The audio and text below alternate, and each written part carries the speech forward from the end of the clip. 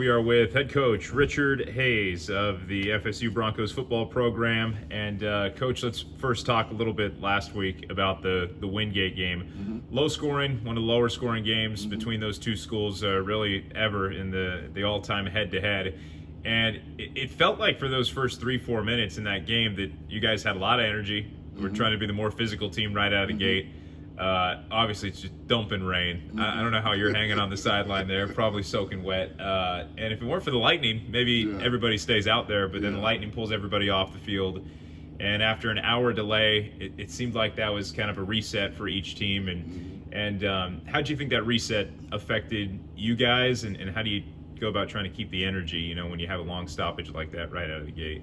Well, I think it's definitely a different, when you talk about the reset, there's a difference because normally you go out here, you get pregame warm-ups, you go in, you say the prayer, you run out the tunnel, and it's kickoff.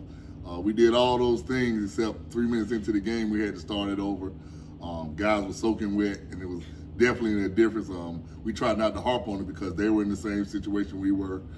So it's just a situation where you have to line down and play regardless of the conditions. What's the craziest game you've coached in weather-wise? Any snow bowls, ice bowls, any like hurricanes, anything like that? Yeah, it was 2012 at Winston State. We were down in at Charleston in West Virginia. Concord in West Virginia, and it was a torrential rainpour just like it was Saturday, but it went on for about an hour, and we had to stay out there in it. And then my first game against Shaw in 2016, it was a hurricane we played in, and they didn't cancel it, so we ended up playing, and the rain was blowing sideways. So that was probably the worst too. That's where the kicker stays on the sideline the entire time. You know where the football's going. Late second quarter, Kahari Lane gets a deep ball off one of his longer throws of the game, but he comes up limping a little bit. Might have been rolled up on. We didn't see him for the rest of the game, at least on the field. He was on the sidelines, which was good to see, walking around, talking to his guys. But how's his status looking for this week? And do you think you'll be able to get him back out there? He'll be able to go this week, definitely. He did get rolled up on his knee, so we just took some precautionary measures and went with Avery McCall. But Kahari will be fine. We'll also get a good look at Kaden Davis this week. So. Yeah.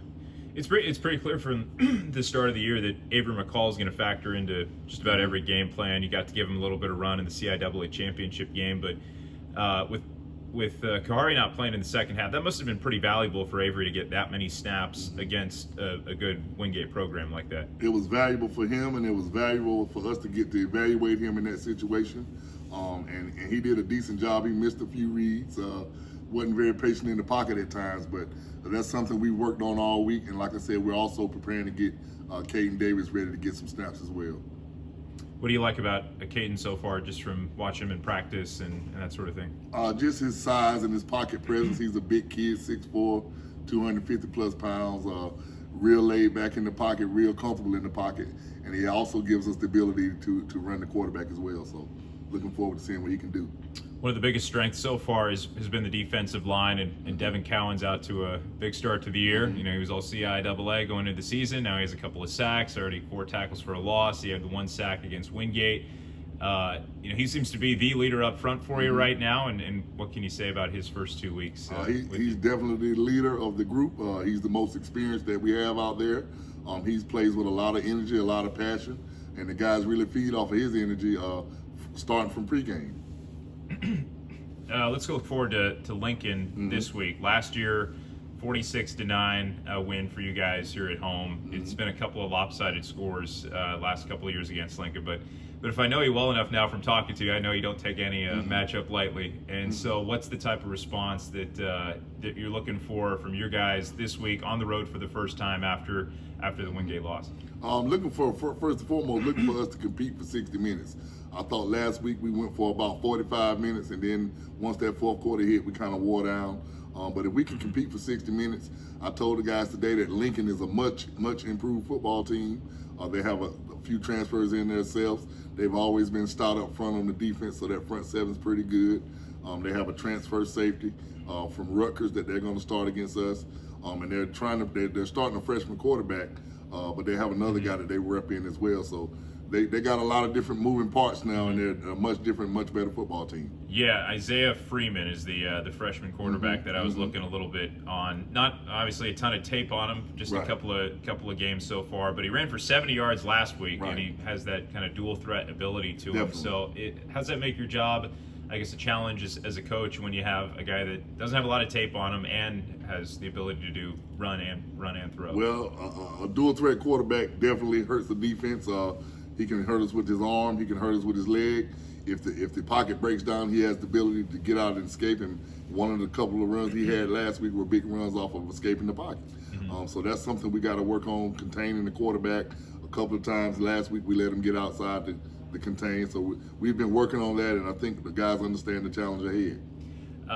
You prefer to not talk about punters when punters aren't being talked about. That's generally a good thing. But Jacob has had some very deep punts so far first couple of weeks to help pin some of these teams back towards the end zone, and he's been off to a strong start. And then Elton, it was good to see him get one through towards the end of that Wingate game just to help his confidence a little bit. So your two kickers this year, what can you say about them and how they've done so far? Well, Sean's gotten off to a little slower start with PATs and field goals, but Jacob, I told the team on Sunday that Jacob was one of the few guys that I thought really came to compete last Saturday. I mean, he knew that the Evans guy, Ethan Evans from Wingate, was a nationally ranked kicker and punter. He was top 10 last year in the punting, and I read the stats off to the team last week. If Jacob went for 51, Ethan went for 53.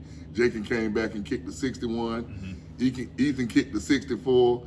Jacob kicked the 62. So they were battling. I mean, it was a pleasure to see two punters go at it the way those two kids did last week, and you rarely get to see that. Yeah, it was fun. It was honestly fun to watch. It was good punting battle, and it seemed like each punter was able to pin each team way back.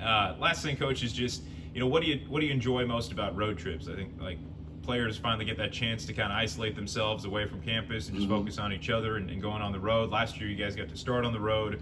This year you started at home, but what do you enjoy about getting on the road for the first time and just being alone with your guys? I think you just hit it on the head, just being able to have the guys together for the full evening. We have Friday planned out for the guys. We have a full schedule for them from the time we arrive in Delaware where we're staying until kickoff on Saturday at 7 o'clock. So we'll have full control of everything they do from the time we depart Fayetteville State until we get there. That's the beauty of being on the road.